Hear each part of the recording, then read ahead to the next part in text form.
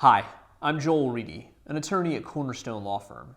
Today, I want to talk to you about what you should do after suffering a house fire. The first and most important is the obvious one. You should take care of your family and seek medical treatment. That's not just good advice, that's also legal advice. You should get medical treatment for any injuries, burns, smoke inhalation, anything else you've suffered as a result of this house fire. That applies to you and every member of your family. Why is this legal advice in addition to medical or self-care advice? The reason is because you have to remember, even if you don't have medical insurance, your house insurance will have to cover any injuries that you've suffered as a result of this fire. So it's important to go to the doctor and begin documenting what's wrong right away. Insurance companies are somewhat famous for questioning anything that you come several months later to get treatment for. They might say, well, why didn't you seek treatment right after this fire or car accident or whatever it is? So that's why it's important right away to go and get your injuries addressed at the emergency room if necessary, but also at a doctor's office if that's what's better for you. Go to your primary care physician and get a referral. Make sure that you are getting treatment quickly and consistently. Second tip that I want to give you is to be very wary of anybody who comes to you immediately asking you to sign up with them. That's true of public adjusters who come and say, we'll handle the insurance claim for you. That's true of construction companies that immediately want your business. That's true even of remediation companies that come to the site right away and want you to sign something. You should just be very careful, and anything that anybody presents to you, I think it's best that you ask them to send it to you by email or give you a written copy that you can look over when they're not around pressuring you to sign. A house fire is an emotionally trying experience. It can wring your family dry in every way, and so it's important not to just sign anything that's put in front of you. You may have other options, and sometimes the least reputable options are those that present themselves right away. That's not always true, of course, but I'll give you one example. I had a client that once had a public adjuster come to them and say, I'll handle all your insurance claims for you, and got them to sign up right there on the spot. This person came wearing a fireman's uniform so that they could get past the police barricades, so that they could get in to talk to these people. And as a result, this public adjuster took a percentage of all of the insurance money that they really should not have taken. They also had a construction company that overcharged them, that they gave all the work to because they also owned the construction company. They did several things that were illegal under Pennsylvania law, but it was a mess to get this untangled with them.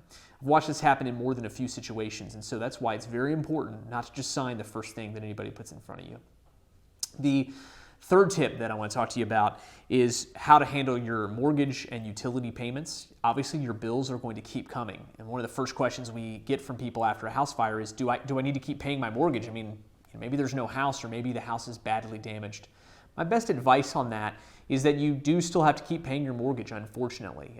Your insurance is there to help you cover that loss, but the company that has your mortgage will still expect payment, and your utilities still expect to be paid, even in a situation where they're not working. So if you find that you're unable to pay those bills, one thing you may be able to do is reach out to those companies, advise them of the situation, and just ask if they can give you a grace period or a modification. Many of them are willing to do that, but take steps to secure that right away, and don't just assume that just because your house is badly damaged or burned down or even just unlivable, that you don't have to pay those payments. This is once again why an insurance settlement at the end will hopefully help to make you whole after all of this has happened. A fourth tip I have for you is to be very, very careful when you're talking to both the police and the insurance company. So the police are going to come to your house. They're going to come with the fire department or shortly thereafter. They're going to fill out a report. Be very careful. Anything you say to the police will certainly end up in the insurance file. Anything you say to the police can be used against you criminally. Anything you say to the police can be passed on to other government agencies such as Child and Youth Services. In very strange situations, we've seen clients who, after a house fire that was not their fault, they got an unwanted visit after talking to the police from Child and Youth Services who said, well, we think that maybe you put these children in danger and that the house wasn't safe, even though the house fire was not their fault. Just very important not to go into great detail with a police officer. Obviously, you can answer basic questions, but if you find that they want to do a formal interview, that's where it's important to consider hiring an attorney and getting some advice on that. This is doubly true for insurance. Insurance is not your friend. The insurance company is there to limit their own payment to you, not to help you. And I hate to be that blunt. That's obviously not always true. There are times that there are really good people working to make sure that you're getting paid. But sometimes insurance companies work very, very hard to try to find a reason they don't have to pay you all that they're required to pay you. So be careful in talking to an adjuster. If an adjuster wants to do a sworn deposition with you, they say, I want to talk to you. Sometimes they'll call it an examination under oath. And they say, we want to sit down and talk with you about the fire and everything you know. That is definitely a point at which you want to consider getting an attorney involved. So fifth and finally, it's important that you negotiate with the insurance company. Don't just take the first number that they throw out at you. Sometimes they'll say, well, here's how much your stuff is worth. Here's a check, sign here.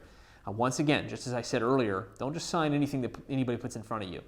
That may be a good offer, and you may be in a good position to evaluate that, but understand that you don't have to just take the amount that of your possessions that were lost or the amount it takes to repair the house. You may have lost time off of work as a result of this house fire. You may have suffered injuries, and it's not just about them reimbursing medical bills. It's important for you to realize that they have to pay you for pain and suffering, for the stress, for the time that you were displaced. They don't just have to cover a bill for the hotel that you had to stay at with your family. They also need to compensate you for the loss that you experienced of being out of your home for a month, maybe for your kids' declining grades. There are many aspects to this that are important. It's also really crucial that you understand that any money you receive from an insurance company for a house fire will have to be considered by the medical insurance that paid your bills up front. If you have a medical insurance company that paid your bills, they may expect to be reimbursed for those payments by your house insurance. Many people are surprised to find that out. They take a settlement from an insurance company, and then they get a letter from the health insurance company that says, we understand you received your payment. Write us a check. Here's how much you owe us. And that is legally enforceable. So before you take any settlement, it's important that you consult with an attorney who can take a look at those liens with you and figure out if those can be negotiated or if there's any way to avoid those before you make a final settlement decision. I hope all of these are helpful to you in figuring out whether you want to settle something after a fire and what steps you should take. Obviously, there are many other issues that might come up. At Cornerstone Law Firm, we help people with house fires, we help people with losses, we help people deal with the police and insurance when necessary. If you have a question, give us a call. We'll be happy to talk to you about your situation and see if we can help you.